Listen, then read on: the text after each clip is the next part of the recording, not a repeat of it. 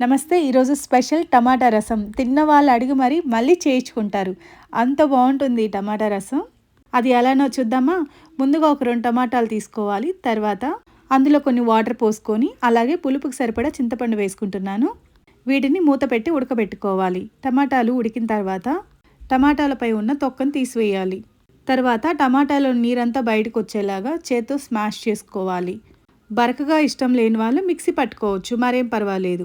తర్వాత ఒక mixie jar తీసుకుని అందులో ఎల్లిపాయలు, జీలకర్ర, కొంచెం మిరియాల పొడి, అలాగే నేను వేయించిన మెంతుల పొడి కూడా కొంచెం వేస్తున్నాను. వీటిని మిక్సీ పట్టి పక్కన పెట్టుకోవాలి.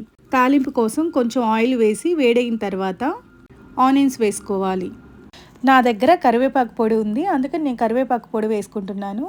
కరివేపాకు వేసుకున్న తర్వాత లిటిల్ బిట్ పసుపు వేసుకోవాలి. ఆనియన్స్ ఫ్రై అయిన తర్వాత టమాటా రసాన్ని అందులో వేసుకోవాలి. తర్వాత మనం మిక్సీ పట్టుకున్న ఎల్లిపాయ మిశ్రమాన్ని కూడా అందులో వేసుకోవాలి. తర్వాత రుచికి సరిపడా ఉప్పు అలాగే కారం కూడా వేసుకుంటున్నాను. కారం ఎక్కువగా తినేవాళ్ళు తాలింపులో ఎండుమిర్చి కానీ పచ్చిమిర్చి కానీ యాడ్ చేసుకోండి.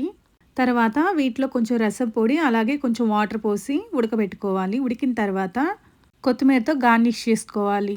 ఈ రసంతో తింటే అన్నం కన్నా రసమే ఎక్కువ తాగుతారు. నా వీడియో నచ్చితే సబ్స్క్రైబ్ చేయండి. Thank you for watching.